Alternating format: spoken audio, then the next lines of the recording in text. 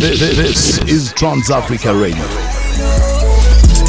Super Mega on Transafricaradio, and it is taking us right up to 10 minutes past the hour, 6 p.m. Central African Time. Joined in studio by my guest. He is Dr. Adeleke. He is the head of research at the South African Human Rights Commission, but also for his sins, he is an attorney. He is a law graduate, right? A PhD? Yeah. Yes. So not an attorney. Thank God for you. Thank you. Can you please get closer to the mic for me? All right. Yes. Thank you for having us, man. Thanks for coming through to the studio.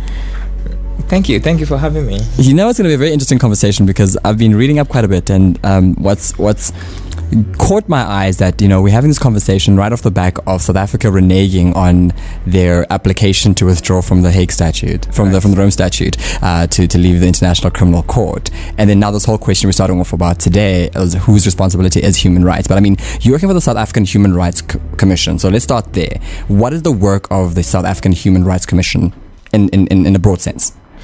Well, so the Human Rights Commission is established by the Constitution, and it's been around for well over 20 years. Yeah. And we effectively have the mandate to monitor the realization of the human rights in the Constitution. And over and beyond that, we also have the mandate to promote human rights, as well as conduct public education and produce research relating to the development and monitoring of human rights in South Africa. We're told that our constitution in South Africa is one of the best, being a hybrid of many other constitutions. Yeah, and we have a very, very good Bill of Rights. Would you agree with that statement? Yes, South Africa no doubt has the most progressive Bill of Rights in the world. Yeah. And that's why I came here to study in the first place. Oh yeah. So you're from Nigeria. You came to live in South Africa, study and live in South Africa. Yes. And what would you say are the notable differences between, you know, South Africa, for instance, where you're now working, and especially in this area of human rights, and possibly like Nigeria? Well, so for starters, South Africa has a very progressive constitution. Yeah. And as a result, you have systems and institutions in place that are supporting your constitutional democracy. In many ways, Nigeria's democracy is still very young. Yeah. And because we haven't developed a new constitution post-democracy, we still have laws in place that reflect some of the military dictatorships that was what I grew up with. Yeah. And now that I'm in South Africa, I think that looking at the constitution and the law, you are hopeful, and you see a lot of possibilities. Any problems you have in South Africa is not a problem with the law; it's probably a problem of implementation. Yeah. So I think in many ways South Africa gives hope, and it represents potentially something that other countries could follow. Yeah. I think, you know, interestingly about the idea of having a constitutional democracy is that, I mean, you know, it is the pillar of our democracy is our constitution. Let's take two steps back. When we talk about human rights, what exactly are we talking about? So we are talking about rights that are inalienable, rights that are effectively conferred on you because you're a human being. Yeah. The whole idea of human rights came up shortly after the end of the Second World War, and you had the Universal Declaration of Human Rights in 1948, and it speaks about things like right to dignity, right to life, and that was the basis for the development of human rights across the world. And then we've taken it slightly further on the continent. South Africa has been a country that has led the conversation and discourse on extending human rights beyond the right to life and the right to dignity. Yeah. We now have things called socioeconomic rights, which effectively guarantees rights of access to housing, rights of access to education, right to social grants, to water and sanitation, and that is where we should be heading really for African countries where there's still a lot of need, and we need to be supporting and helping each other, recognizing that basic needs for survival are also captured under the human rights conversation. So what body then? I mean, let's tap into some of your legal background for us to understand the broader conversation. And I'm setting this up so that when we get into the question about whose responsibility the human rights is on the continent, and looking after those human rights, at least we have some background.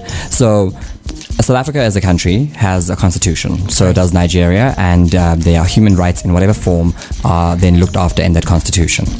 In the event that my human rights are violated, who is responsible for holding the government to account?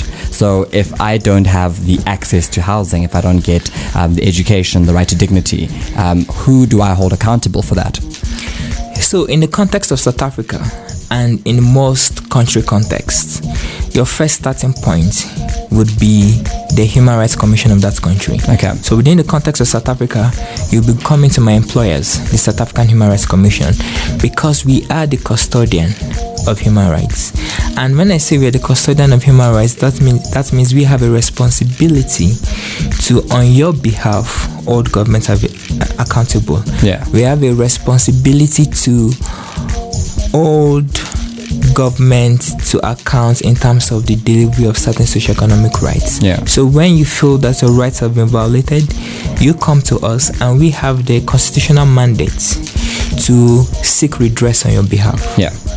We have the mandate to not only seek redress on your personal behalf, but to also address systemic issues. So if you haven't received access to housing when you deserve it, not only are we going to be seeking redress on your behalf, we'll also be addressing the broader issues of how people broadly within the country can have access to housing. Yeah.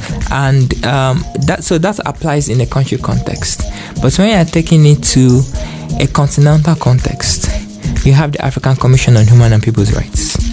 And the African Commission on Human and People's Rights was established by the African Charter. It's been around for a while, and the African Commission effectively works like your country human rights commissions. They are responsible for protecting human rights as well, and individuals, states, NGOs can approach the African Commission, which sits in the Gambia, and you can send in a communication to them, and they have the responsibility to make broad recommendations to states on how to redress human rights. Yeah. Obviously, human rights commissions, both within a national and African context, are not the ones who are only responsible for protection. So you also have the courts. So like you have the courts in South Africa leading all the way from the magistrate courts to the constitutional courts, and you can approach any of these courts for redress. The same applies on the continental level. So you also have the African courts, where you can do the same thing and approach them for redress. My idea of looking for redress in the court system has always been quite interesting, because the people who usually need the human rights protection usually don't have the financial backing to be able to approach the courts. I know in South Africa, for instance, for you to take any matter to any court in the land, which requires an advocate at the very least, would mean that you're digging into at least a couple of tens of thousands of rands. Is it a sort of catch-22 where we've got this wonderful Bill of Rights and rights entrenched in our constitutions, I use the word plural for the rest of the continent, yet not being able to actually effect them? You know, many people have argued that things like the ICC are wonderful intellectual exercises but have absolutely no concrete and practical application. Well, so there are several responses to the questions you've brought up. Yeah. So in terms of access to courts, right, you are right that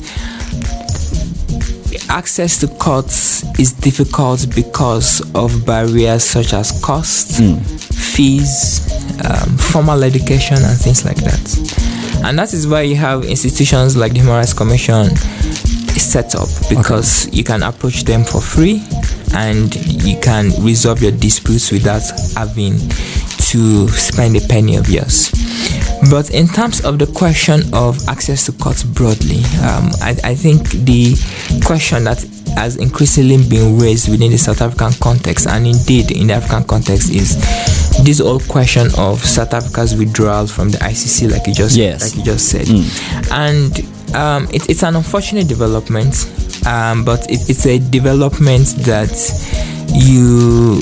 it was coming because there have been perhaps legitimate criticisms that the ICC has unfortunately targeted a lot of African countries. But then those criticisms need to be seen in context, because it's not like those countries that are targeted, they they were undeserving. Yeah. Atrocities happened in those countries.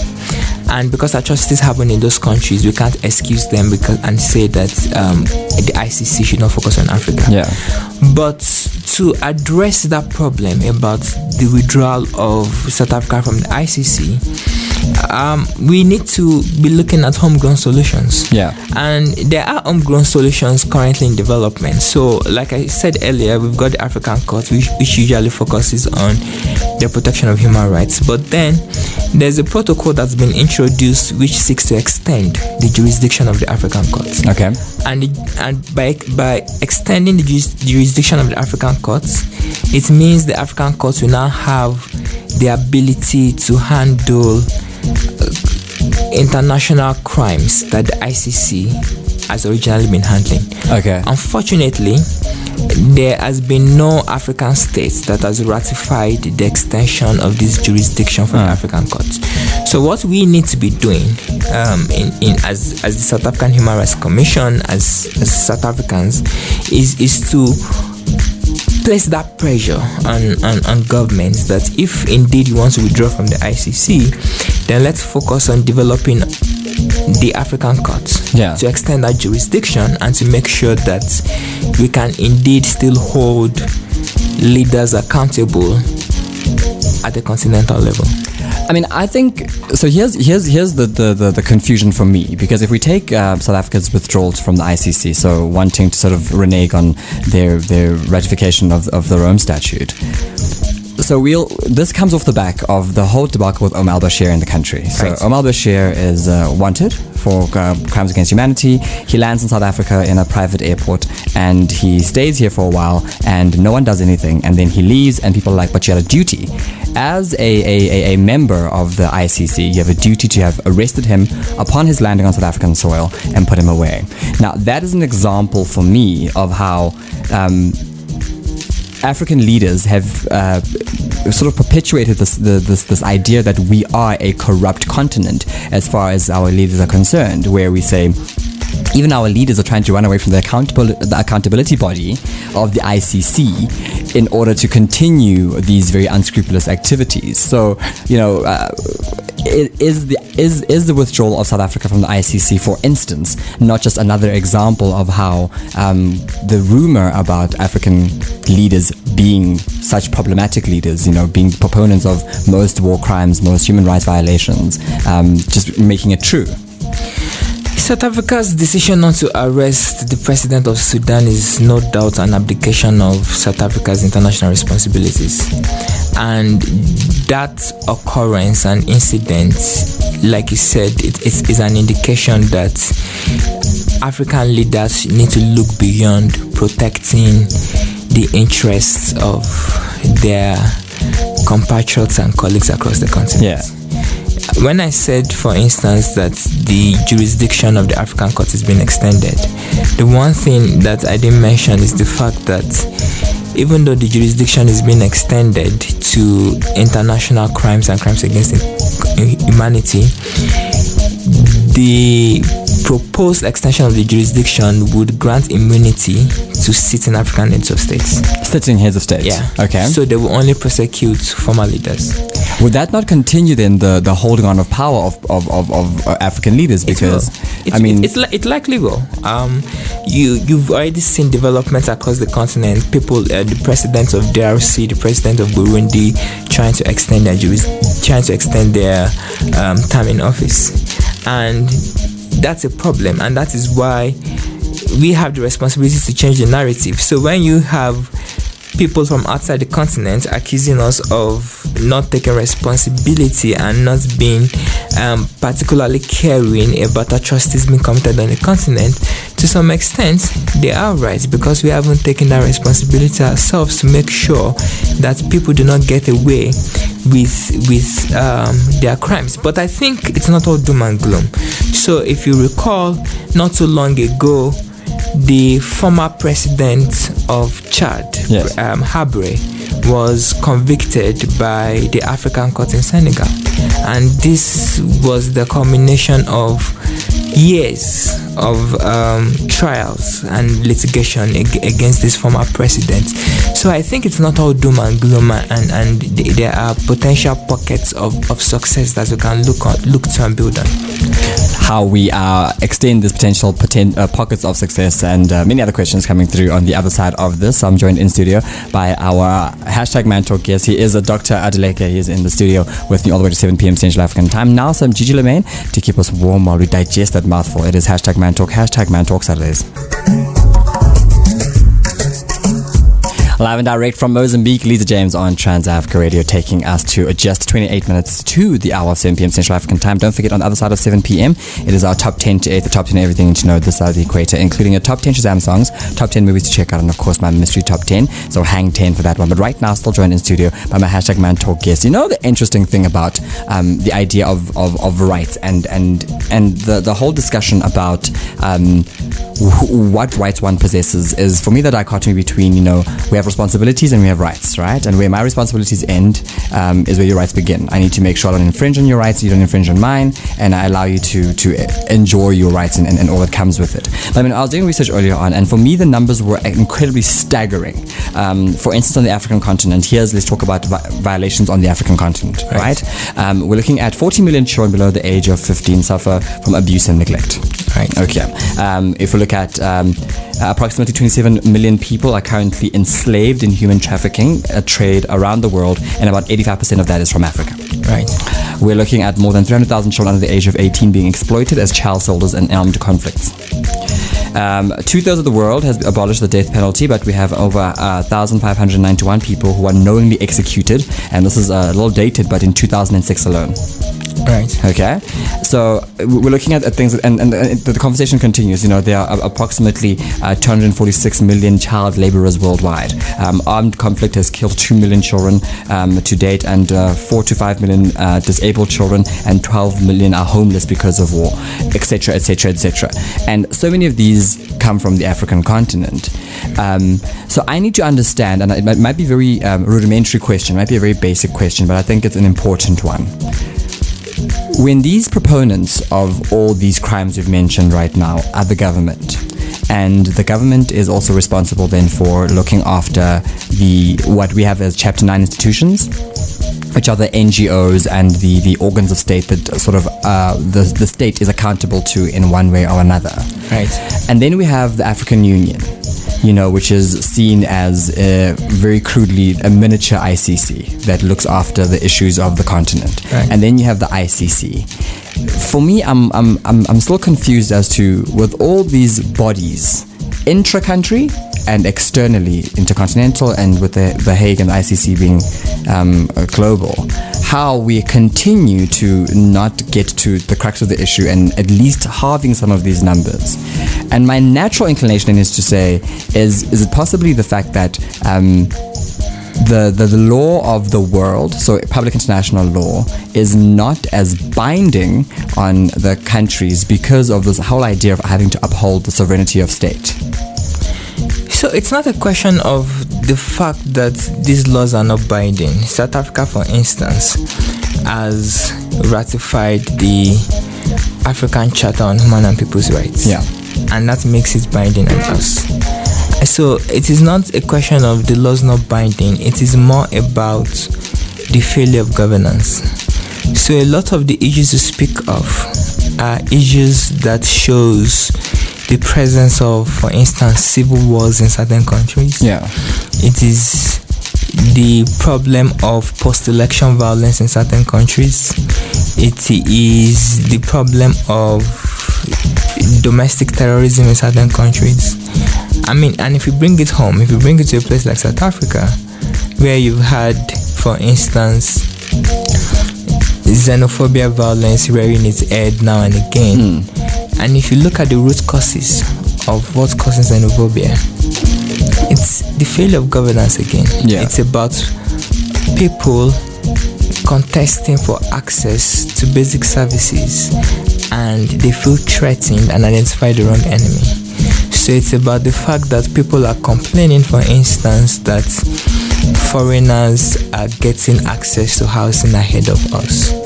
And issues like that could have been addressed through public education, through access to information, and through government effectively being upfront about what needs to be prioritized and how they will grant access to some of these basic services. So, and when there's a failure of governance, the question we'll be asking is, well, how do we address it, right? And these institutions you speak of, the continental institutions like the African Union, the ICC, they are only as strong as the states that formed them. Yes. So if you take the example of the SADC, the Southern African Development Community, around about 2008, the SADC tribunal issued a judgment against the government of Zimbabwe, saying that the government of Zimbabwe had violated the rights of some of its citizens in terms of the land reallocation problem. And when that happened, the SADC tribunal awarded judgment against Zimbabwe. They asked for some of Zimbabwe's assets to be attached. Okay. What happened?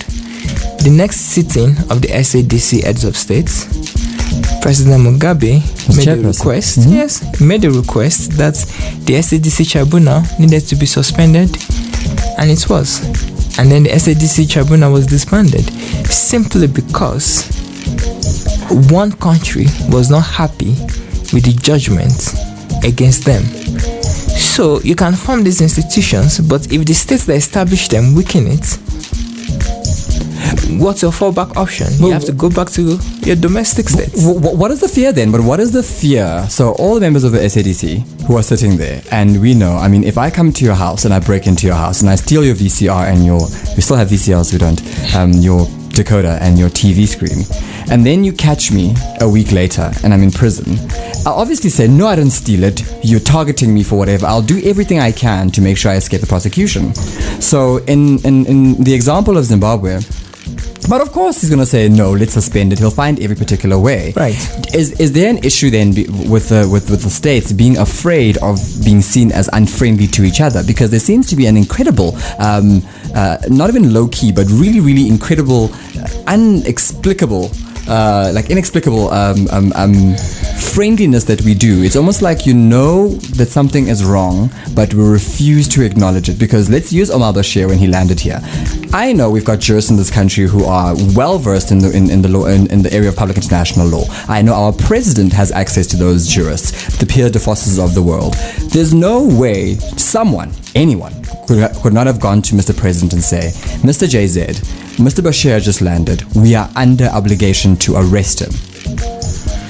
You're right, and you identified the problem as well. It is this issue of African leaders feeling the need to protect each other. Yeah, and it also goes to the different regional politics that is taking place. So if you look at Southern Africa, a lot of the political parties in power are also former liberation movements. And because there's that history, there is this sense of obligation towards each other. It's slightly different in West Africa. Look at the recent incidents that happened with the removal, the pressure on the president of Gambia to leave office. And people ask, but why did that happen in West Africa?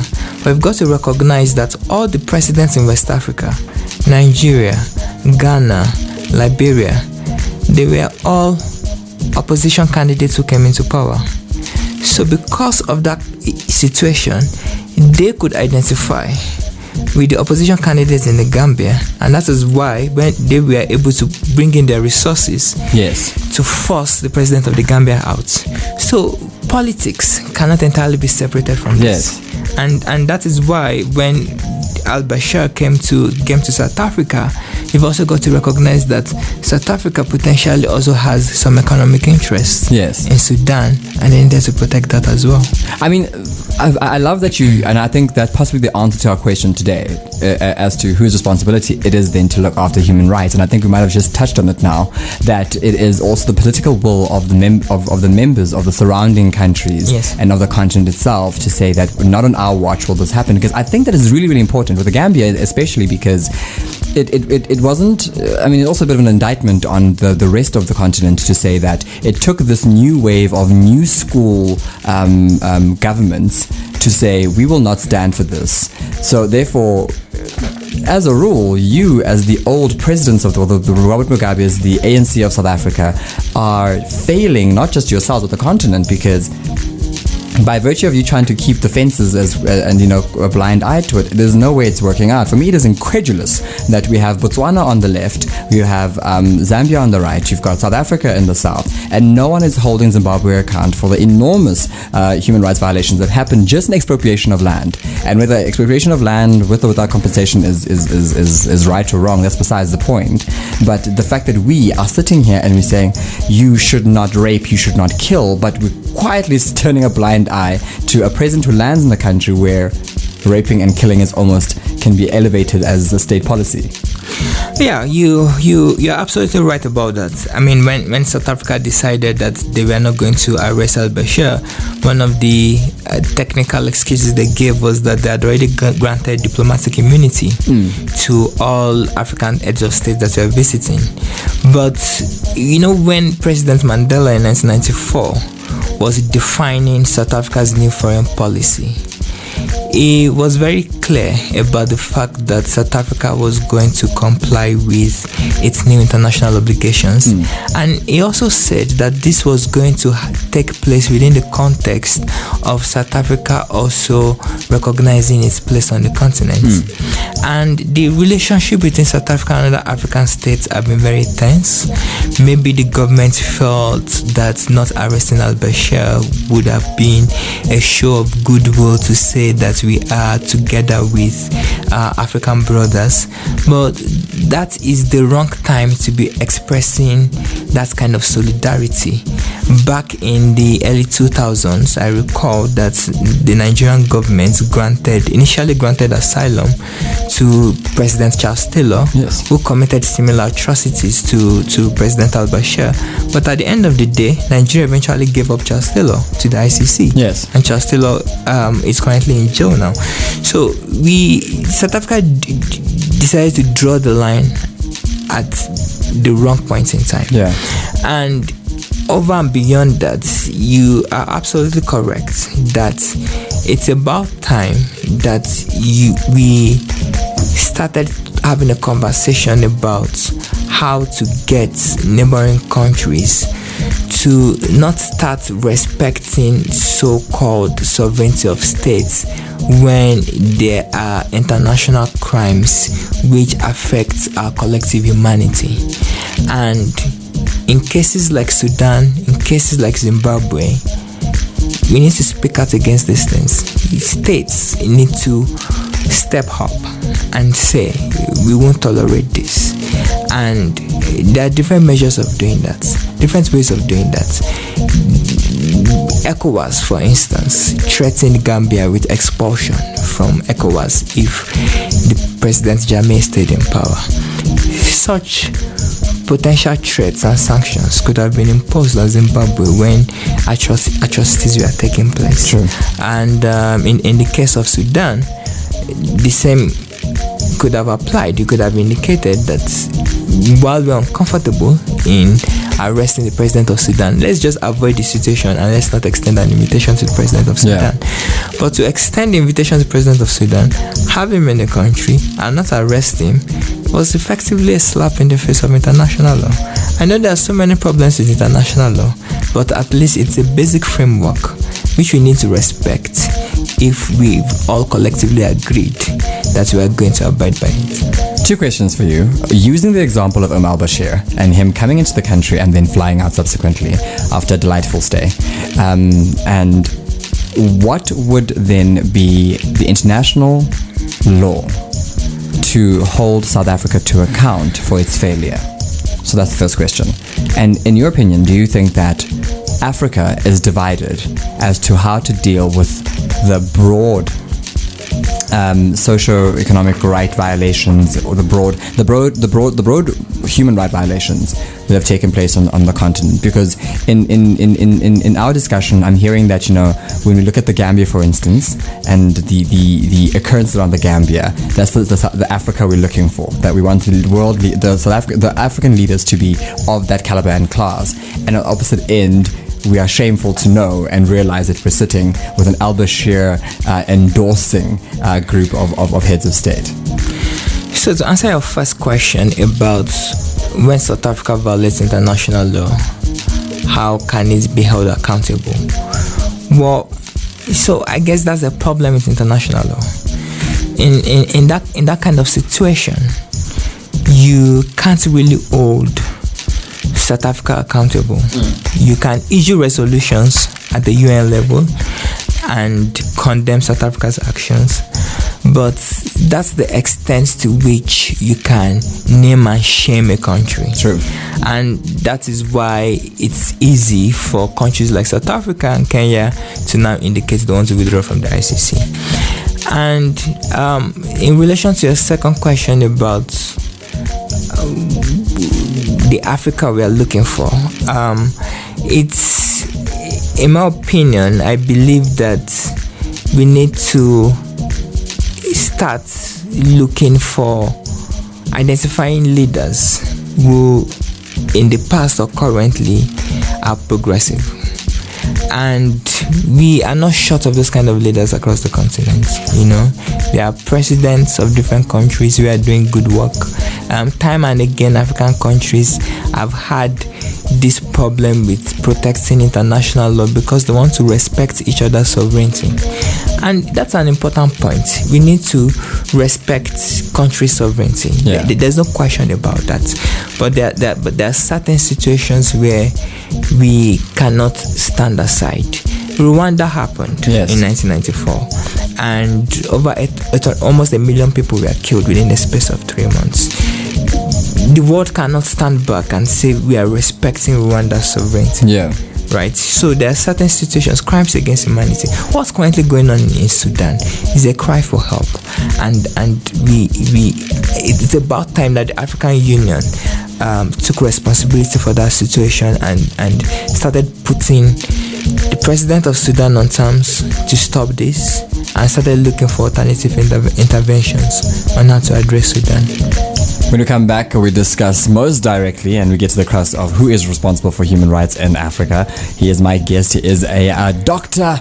Adeleke. He is in the studio with me as my #ManTalk guest. And I will put it to you when we come back, Doctor, that it is a requirement that we should have, that as a human right, as a leader of state, that the laws governing international law are as binding and as punishing as those of the country. The fact that we have presidents who are afraid of perjury, which clearly some heads of state, notably our own, don't care much for that.